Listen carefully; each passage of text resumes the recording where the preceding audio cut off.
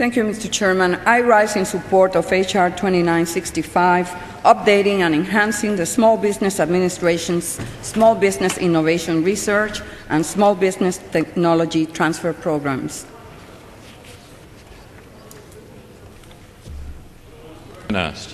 Mr. Chairman, I yield myself as much time as I may consume. I rise in support of H.R. 2965, which will reauthorize and improve the SBA's SBIR and STTR programs. This bill has strong bipartisan support and will work to invest in entrepreneurial innovation and job growth.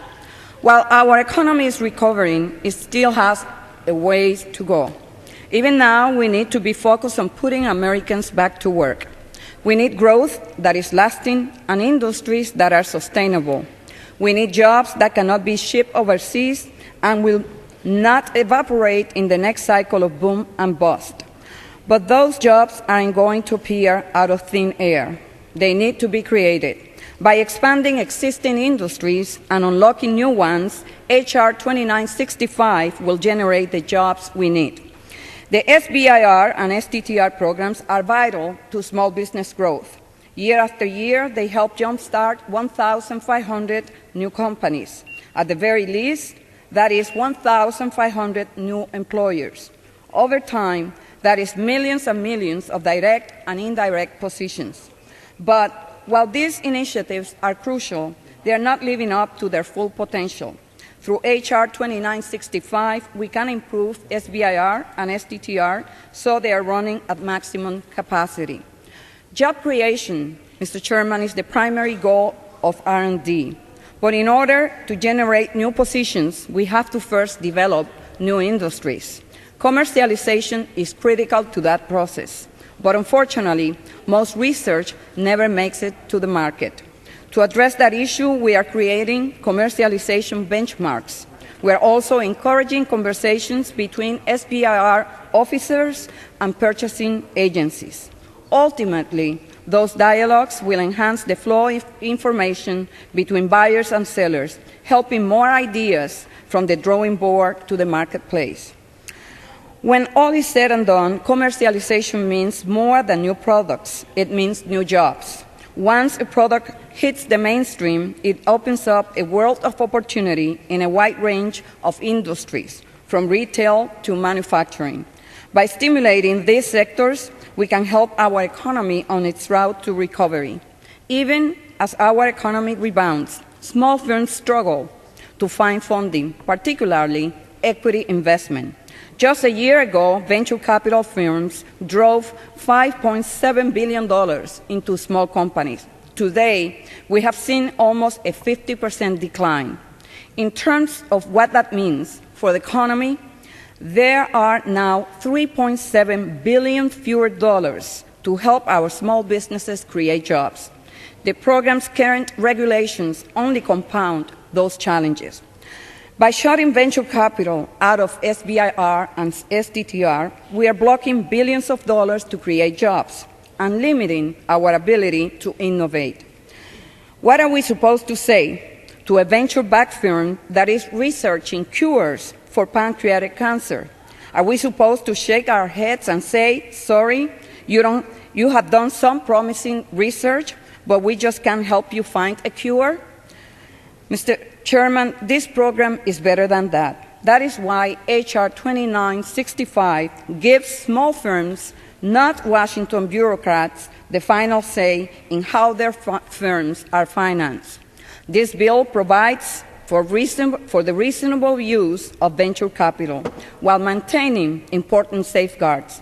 Make no mistake, SBIR and STTR are and forever will be small business programs. This provision doesn't change that.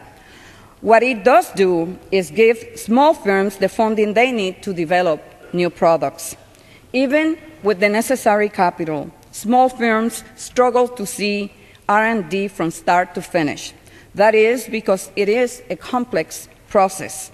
Measures to block funding delays and increase efficiency will streamline R&D, helping more products make it out of the laboratory and into the marketplace.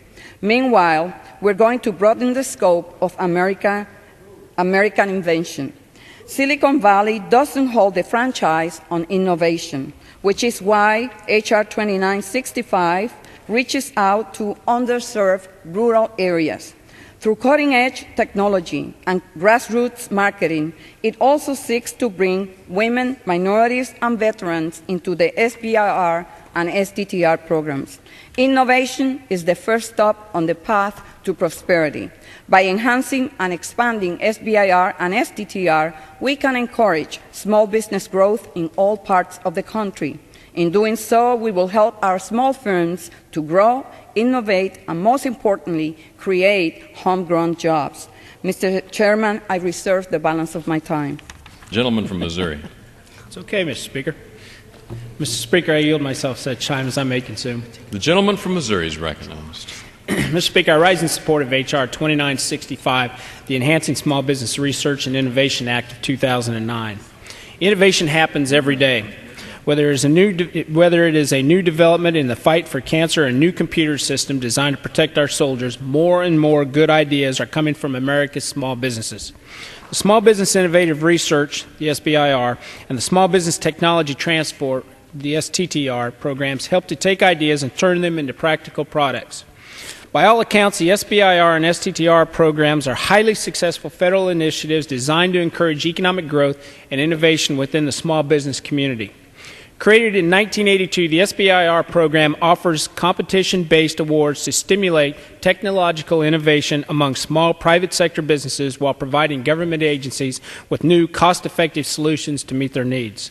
This program is not only critical to the unique needs of each of the participating federal agencies, but also to our national economy. Small businesses invigorate the U.S. economy by introducing new products and lower-cost methods of doing business, sometimes with substantial economic benefits. They play a key role in introducing new technologies to the market, often responding quickly to new market opportunities. Our committee worked in a bipartisan manner to produce this legislation. We held several hearings on this topic over the last few months, inviting the Small Business Administration, SBIR and STTR program managers from federal agencies, various small businesses, academics to discuss the program's successes and to consider amendments that would improve them. I'm happy to say that many of the ideas that were presented to the committee have found their way into this legislation. For example, the topic that dominated much of the discussion at our hearings was the appropriate level of venture capital involvement in the SBIR program. Unfortunately, there have been several misconceptions stated about this provision in the bill. In 2003, the Small Business Administration reversed a 20-year-old policy by ruling that small businesses that are majority-owned by venture capital companies can no longer compete for grants under the SBIR program, regardless of how few employees the companies have. As a result, this has jeopardized the development of innovative treatments, therapies, and technologies.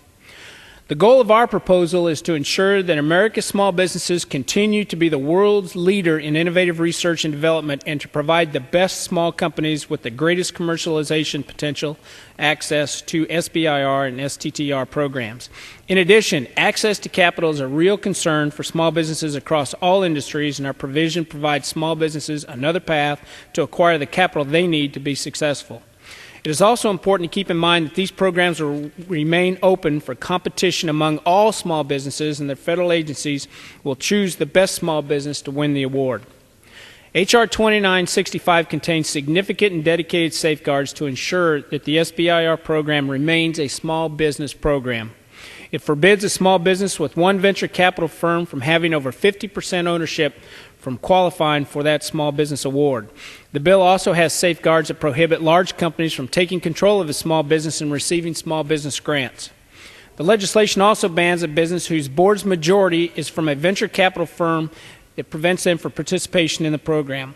Finally, because venture capital investments are often done as a group to reduce risk, the bill strictly limits the amount of participation of venture capital firms that they are themselves owned by a business of over 500 employees.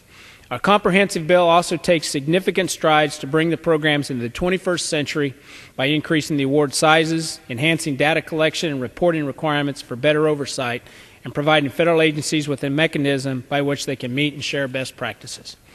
Mr. Speaker, I urge my colleagues to support this bipartisan legislation, and I would reserve the balance of my time.